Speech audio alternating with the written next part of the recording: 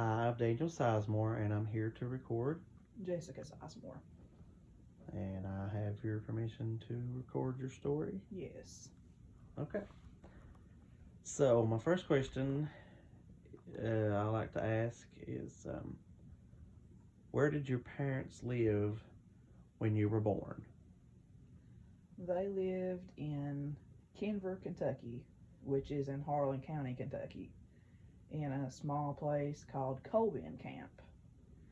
And, uh, What do you know about that area? well, it was first built when the Peabody Coal Company was really, really big in this area. They went, because we sit on the Kentucky Virginia state line, and up this area, coal mining was and basically still is what most of these families only thing that they know. So when Peabody was in this area, they went into several smaller communities and they built houses for some of their men, but mainly their like officials and stuff within their company, so that they would have housing to provide when they brought in the men to work. And that's where Colbin Camp came about. And we lived in one of the, of course, you know, I was born in 1981. So by that time, the Peabody had already shut down most of their mines up in this area, but the houses still remained. A lot of families had just went in and bought them and redone them and just had their families in them, which it all still stemmed from the coal mines. But uh, my dad bought the house from his dad, and my papa actually lived in one of like the main officials' houses, and he bought two houses and put them together. He had joined them together because he had a family of 6 kids. So he made just this big, huge house out of two small camp houses. But my dad, whenever he got married and got out of the army, he moved back from Germany, and he spent 3 years in Germany. Uh, that was where my older brother was born. And whenever him and my mom moved back from there, they were just starting out their family here in the States. So my papa helped them buy, he bought the house for them and they just paid him back. And, of course, it wasn't anything luxurious or anything of that nature, but to them, that was their first home. So, of course, it was a mansion to them. And they worked and made it into their home. And that's where they raised me and my brother for several years. My dad worked in the coal mines just like his dad and just like his papa and his great papa, and everybody and my uncles all worked in the coal mines. It's just a family tradition. So, do you know about how long you lived there? I lived in Colbin Camp until I was approximately about 8 years old, and we moved to Western Kentucky because the coal mines that my dad was working in here at the time had shut down. So he had been laid off and was having a really hard time finding work. And my two uncles, which was his brothers, had already moved to Western Kentucky. They were coal miners also, and they went several years before, and had found work in Western Kentucky in Madisonville, which is in Hopkins County, Kentucky. Um, they found work at a really nice, high paying coal mines. But we moved down there, and I started in the third grade in Madisonville. And so basically, I spent the majority of my childhood in Western Kentucky, but it still carried on the family tradition because the whole time we was there, my dad still worked in the coal mines. And um,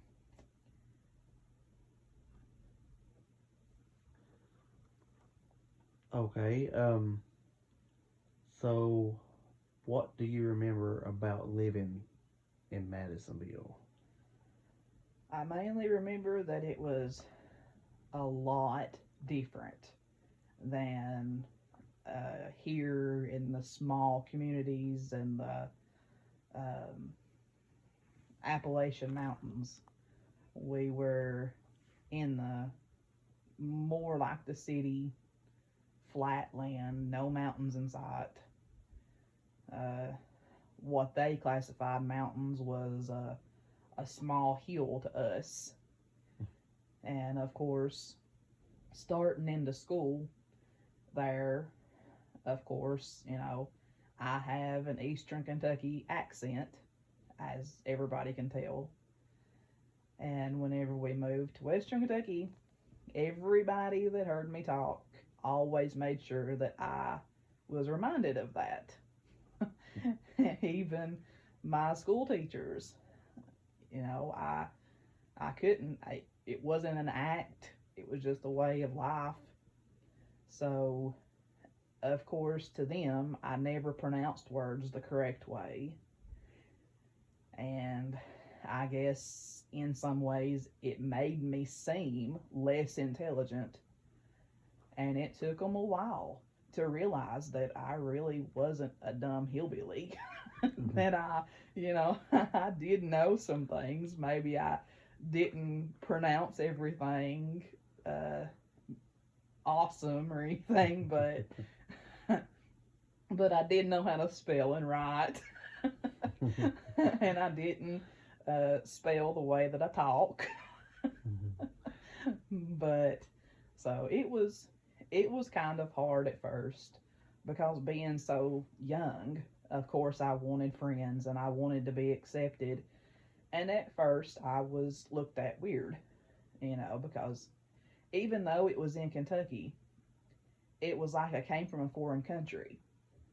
Like literally whenever my mom and dad went to enroll me in school down there, they didn't even think Harlan County was actually in Kentucky.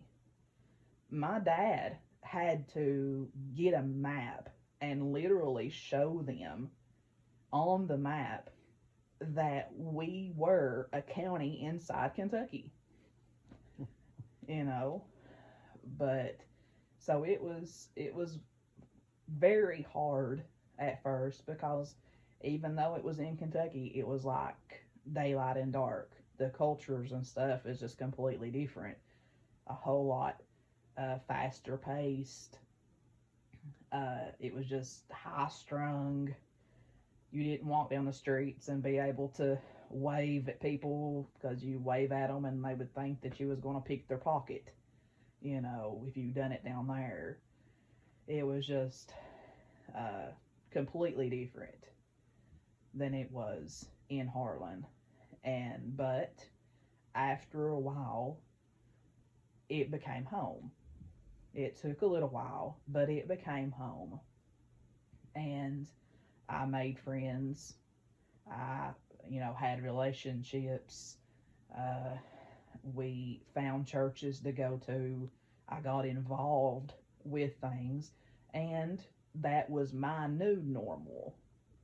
And that was home. That's the place that I loved after that. So you said your dad was a coal miner. what type of mine did he work in Western Kentucky? It was all underground.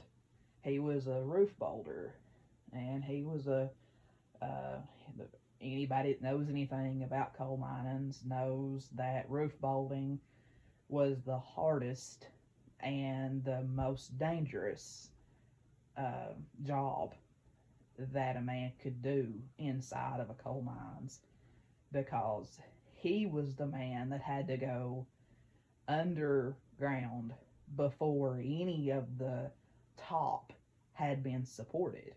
He was the man that actually supported the top, so that when everybody else came in, it was them safe to come in. And he done that for close to 30 years until he was, I'm thinking 46 or 47, if I'm not mistaken. And he had two massive heart attacks. And the same day that he had the heart attacks, he had actually worked a shift in the mines. And after that, he became disabled and was no longer able to do it. But that didn't stop him from mining coal outside of Walmart with his buddies every time that he seen him, because that was his way of life. That's what he loved. And he would have told you any day that if he would have been in better health, that he would have loved to have went back to it. Because even though it was dangerous, and even though he's seen some of his friends get killed in the line of work during some of his shifts. I mean, he was on one of his shifts.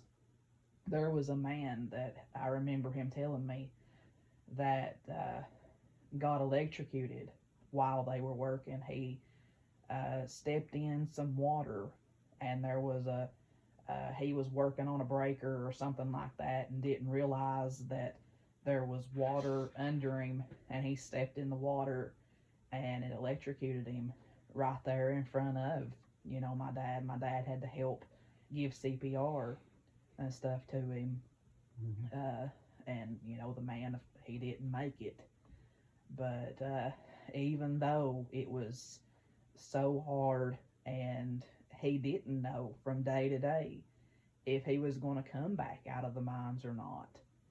But he knew that he had a family to support, and at that time, that was the best paying jobs that you could, come about. So he knew that that's what he had to do. And that's all that he had ever known, because that's what his dad, as I said before, that was what his family had always done. So that was his normal. He was used to that, and that's what he loved. Okay, so how long did you live in Madisonville?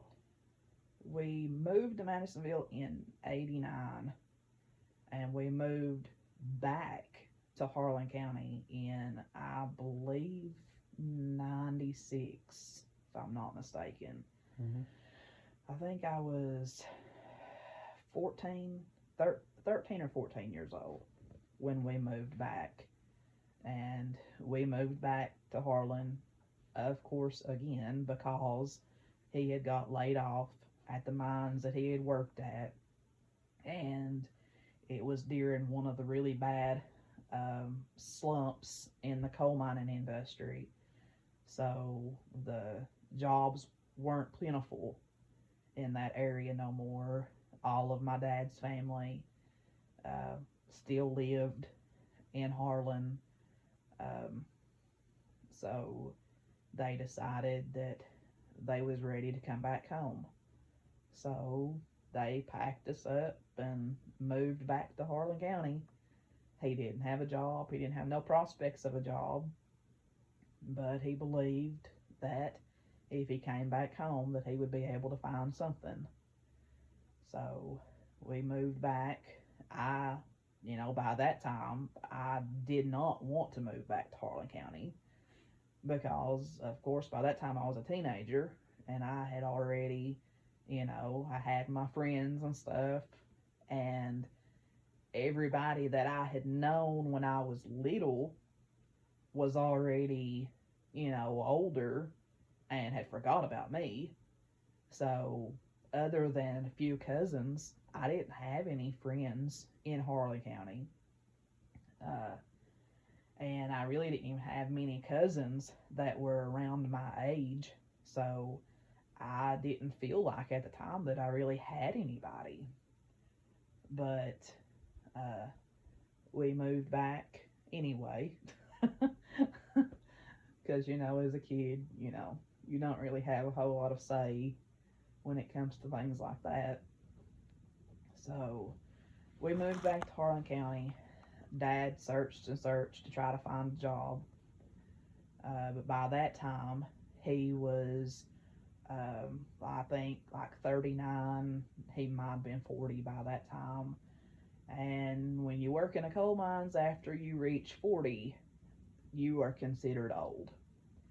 And they no longer want the old men in the coal mines, they want the young men because, of course, liability's sake. Mm-hmm. So he had a much harder time finding a job than he really had thought that he would. But in the meantime, my mom, which had dibble dabbled in the floral business for years while we were in Western Kentucky. She worked at a couple florists. I think she was a manager at one at some time. But she decided to actually open her own flower shop. So she opened one in downtown Everett, Kentucky.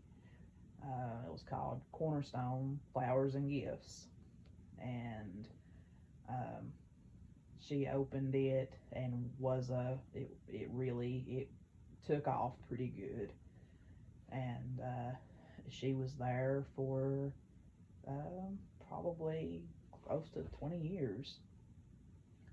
And I worked there with her every day. I started when I was 14 years old, and I worked with her until the day that we shut the doors on the business. Mm-hmm. And that's just when the economy started going down so much. But my dad did eventually find another job in the coal mines. He worked at 2 or 3 coal mines, a couple that he would classify as dog holes, he would call them, which would mean that they were very, very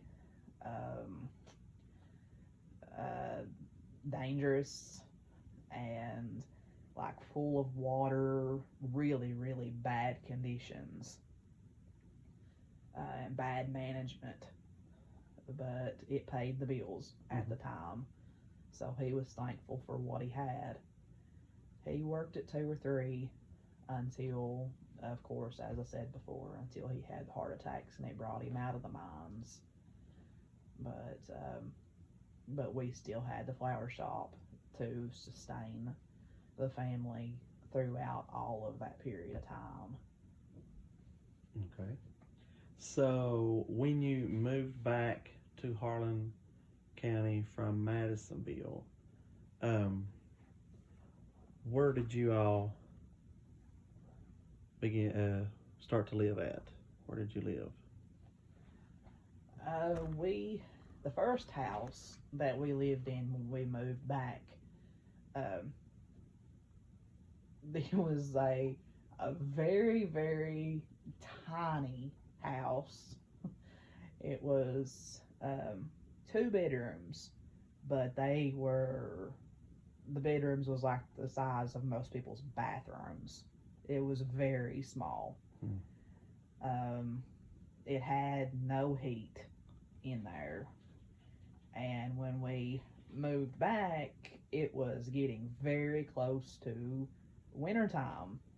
Mm-hmm. So when we was actually, well, it was pretty cold when we moved back because we had this little fish tank. It was just a little small fish tank that we had this real pretty little betta fish in. And we had it while we was in Western Kentucky. We had it for a good while we was there. Well, of course, we didn't want to get rid of the fish just because we was moving. So we took his little tank and, we strapped him in the front seat and was going to move him back with us. Well, we moved him all the way back from Western Kentucky. He was fine, no problem. Well, the house that we rented, as I said, didn't have heat in it. Because my dad didn't have a job, and it was before they had started the flower shop. So, of course, the finances was very, very tight. So they had to do what they just could afford at the time, and that was it. That's all they could afford. So they talked to the landlord, tried to get him to fix the heat. He was always, oh, I will, and never showed up to do anything. But I remember one night, it got several degrees below zero that night. Because by this time, we had lived there for probably a month or two. So it was wintertime by then. And it was so cold in the house that you literally walked through and you could see your breath and just walking. So that's pretty cold.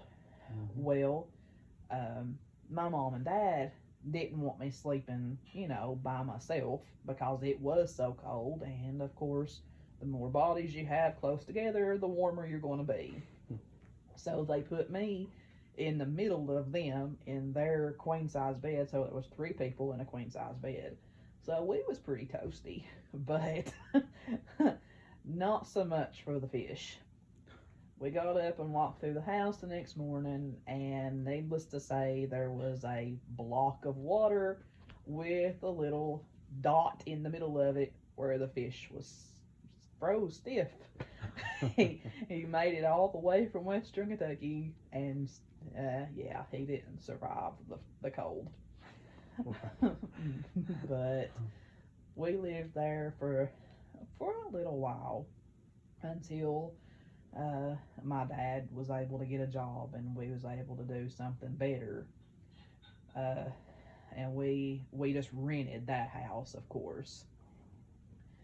And then when the finances did start easing up some, they decided they wanted to find a place they could call their own.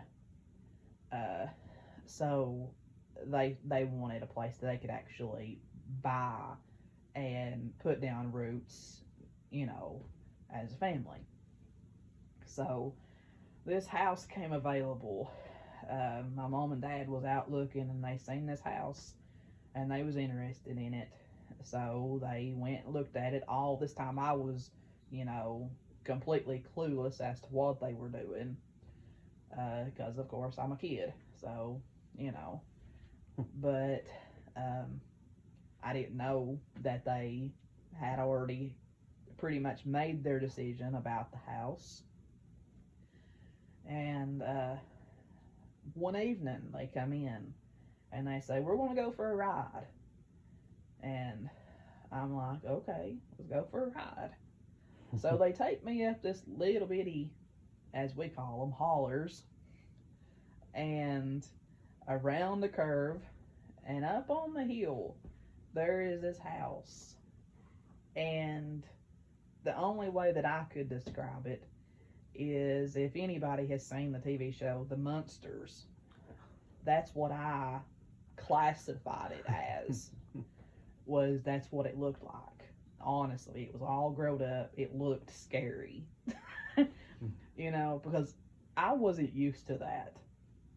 The house we lived in when we was in Western Kentucky, it was in like a really, really, really nice area, well kept, brick house, 3 bedroom, 2 bath, large living room, dining room, kitchen, everything, huge backyard, just a awesome neighborhood.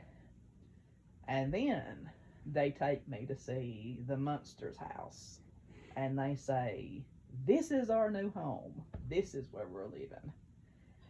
And the whole time I'm thinking, you have got to be kidding me. But they wasn't. They wasn't kidding. By that time, they had already signed the contract.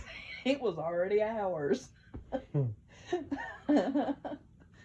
But so we moved in, and well, we started getting it movable, I guess, livable.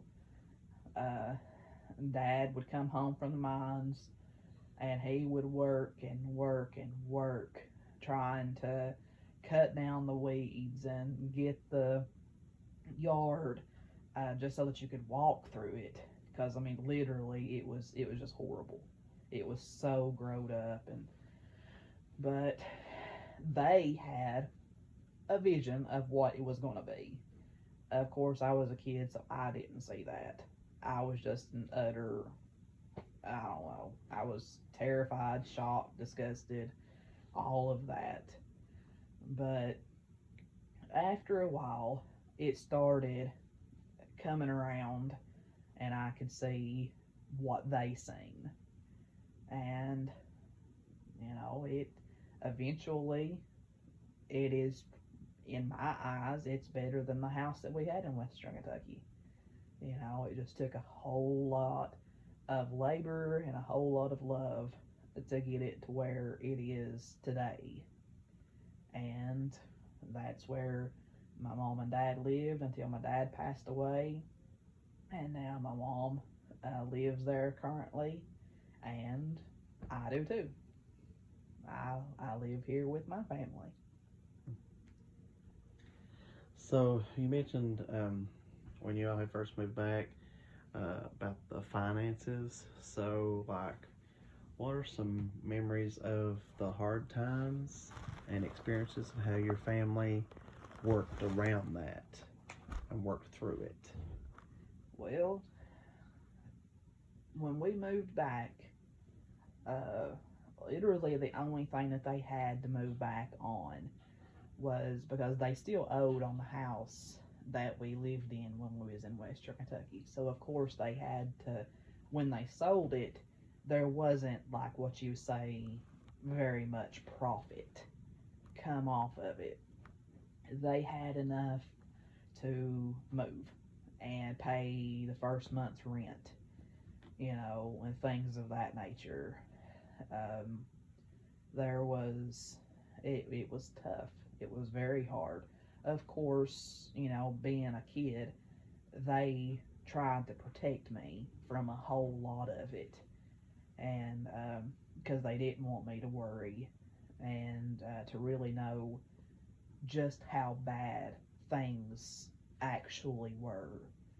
You know, um, there was a lot of meals scraped together that um, made you wonder, like, what was wrong, because my mom, she's always been an excellent cook. She can cook better than just about anybody, in my opinion. But I remember, occasionally we had meals like hamburger helper hold the hamburger. It was just the helper, because of course you could get a box of hamburger helper for $1,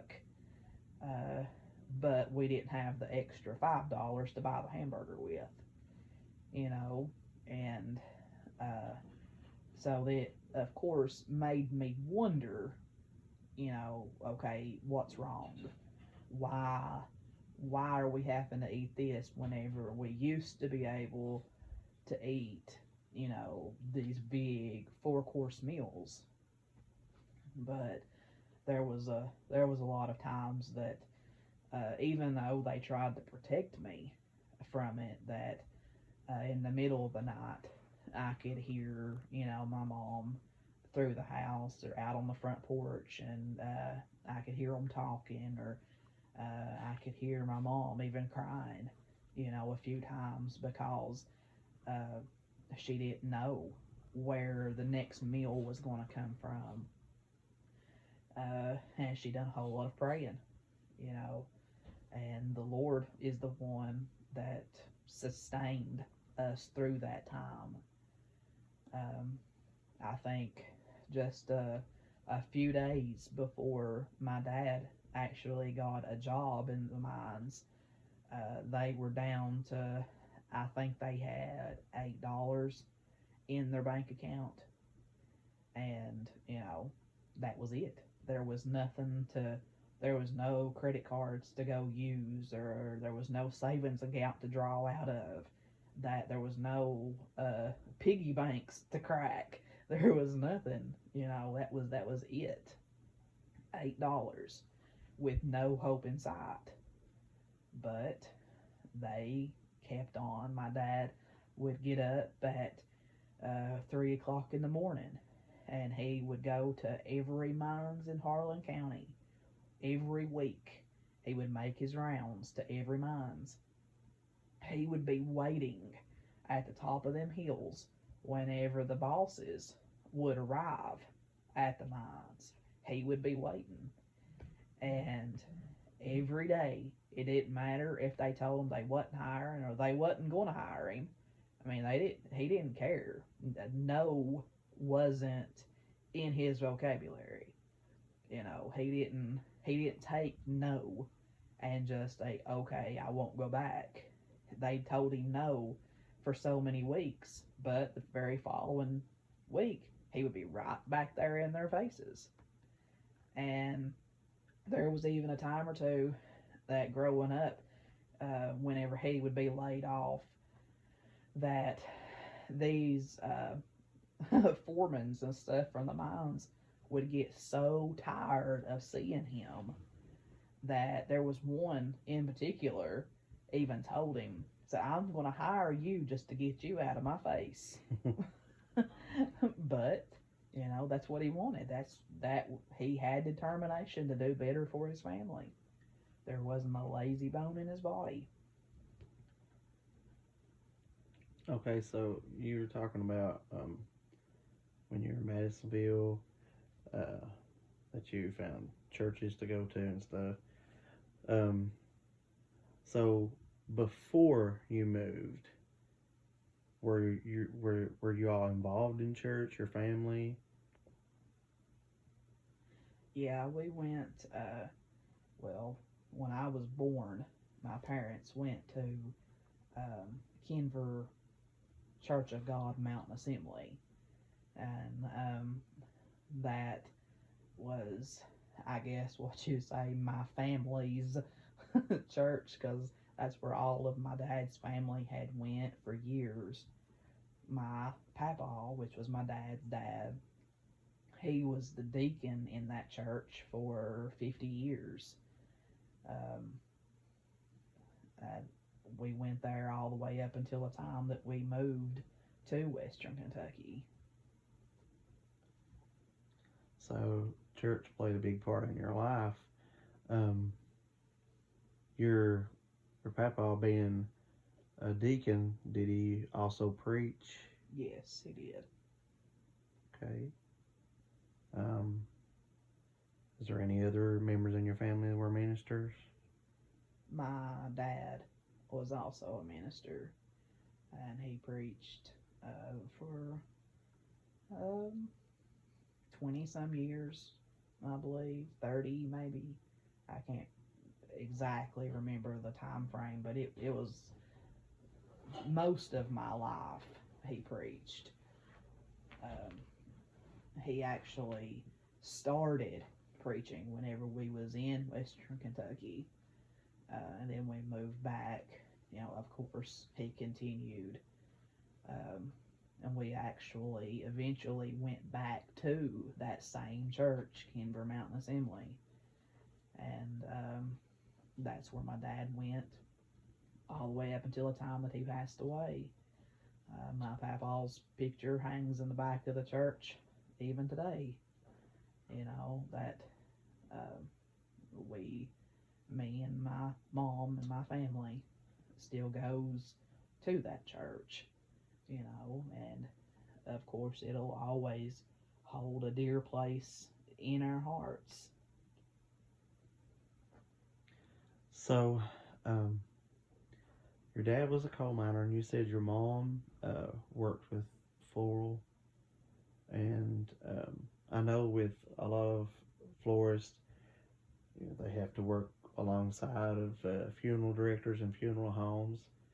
Well, are there any memories that stick out in your mind about the funeral home business and the flower business?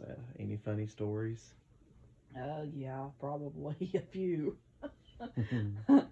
I guess. Of course, when my mom started the flower shop, like I said, I was only 14. And I had never been around people that were dead. You know, I had been to very few funerals in my lifetime. So, you know, in Harlan County, uh, I'm not sure how it is today, but at that time, the florist that took care of the family flowers, like the casket sprays and things like that, that flower shop was responsible for taking care of the flowers after the service was over. So, you know, we had to uh, wait until the funeral was over. We had to rush and get the flowers, and we had to have the flowers moved from the funeral home or church to the graveyard and had to have them set up at the graveyard before the hearse and the rest of the family would arrive at the gravesite.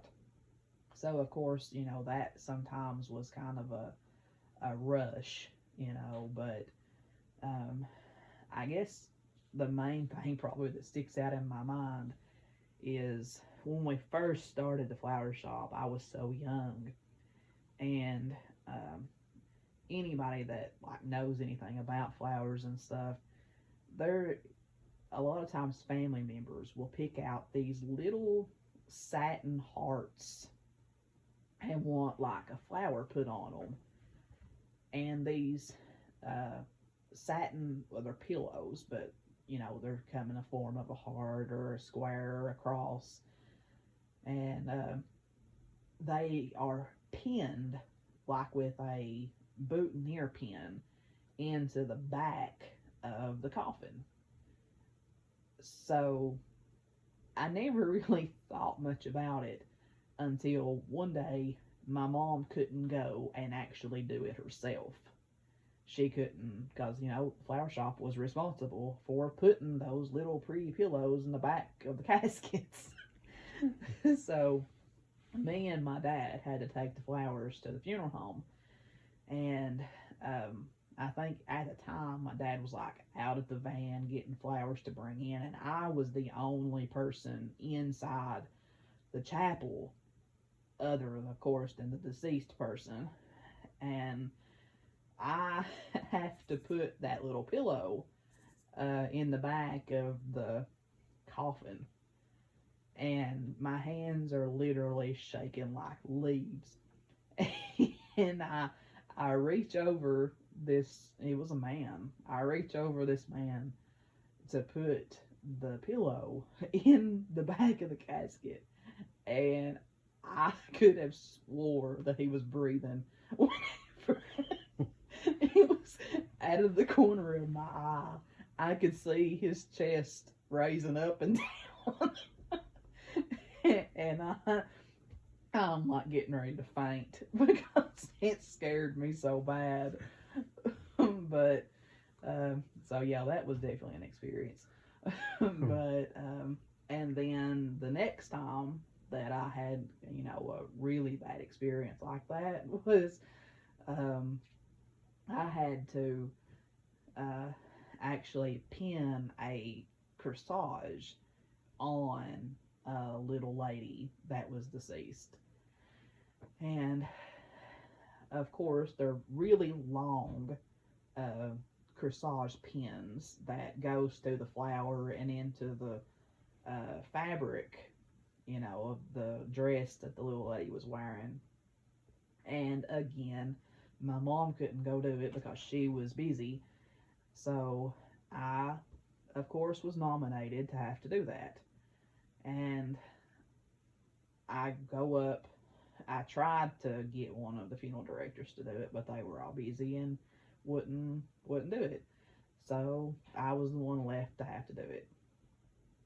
So I walk up, and the whole time I'm praying to myself, Lord, please don't let me stab this little lady. I mean, I know she's not going to feel it, but still, yeah.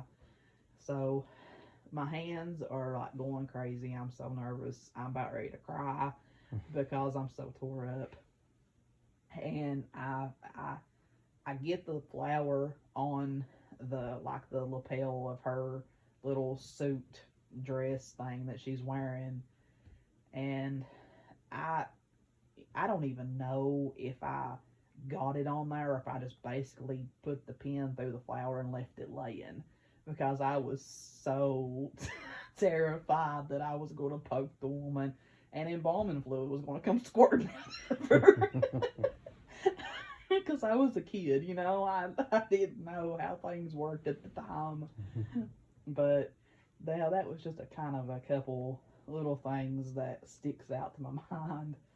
But all in all, the floral business was good. We met a lot of people.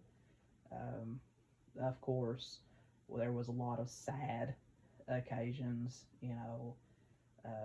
Anytime that you have to deal with death, with family members and stuff. Because of course they came and seen us right after leaving the funeral homes. So we always, called them whenever they was still, the grief was still very, very fresh. So there was a lot of heartache that we seen. We've seen a lot of, parents died. We've seen many, even children that had died, and babies and things. And that never got easier, because there was many times that, because you work in a business, you try to stay professional. But now there was several times that I would have to, my mom, of course, would try to handle most of it herself. So there was a lot of times that I would have to excuse myself to the bathroom because I just couldn't, I couldn't handle it any longer, and I would go in there and cry because, just seeing the grief and stuff that those families was going through just broke my heart. And unfortunately, in the floral business, funeral work was your main source of income. You done more business through that than you did any other time of the year. So it was just it was hard, but we did come in contact with a lot of people, and a lot of people that we're still friends with today that we met, in that line of work. Okay, so what memories do you have that sticks out in your mind about your life after you moved back to Harlan? Friends you made, anything positive that stands out in your mind when you grow up? Any fun memories? I mean, just anything growing up that sticks with you. Well, we, of course, like I had said before, when we first moved back, I wasn't happy. I wasn't, and the school systems in Western Kentucky were so crowded, and they had a lot of um, like drug problems and racial problems, and it was fights and stuff like that. So um, my mom and dad chose to actually take me out of the public school system, and they enrolled me in a Christian homeschool. So when we moved back here, uh, we chose to continue doing that same, homeschool. So I didn't like go to the schools, so I didn't like making a lot of friends or anything like that at first until we uh, started visiting churches and things like that. And then of course, gained a lot of friends and acquaintances and stuff through that. But there was a lot of good times, just running around being a crazy teenager. What time that I wasn't working at the flower shop or doing schoolwork, because I still had all of those responsibilities that I done. But all in all, moving back was the best thing that happened to me uh, because we, um, when we moved back, it opened up uh, a lot of, well, it basically started shaping how my life would, come together because, of course, this is where I met my husband, and um, I now have two awesome boys, that are my life and my heart. Uh, I met my husband at good old Walmart. He was a door greeter at Walmart whenever I first met him, and I couldn't stand him at first. But eventually he grew on me. But um, we've now been married for almost 19 years. Of course, he no longer works for Walmart, but and my boys, are 13 and 15 years old, and all of that came about because, of that one move that my parents decided to make years ago. It brought me back home where I belonged, right here in the hills of the Appalachian Mountains. And it's where I plan to stay until the good Lord calls me home. So how old were you when you got married?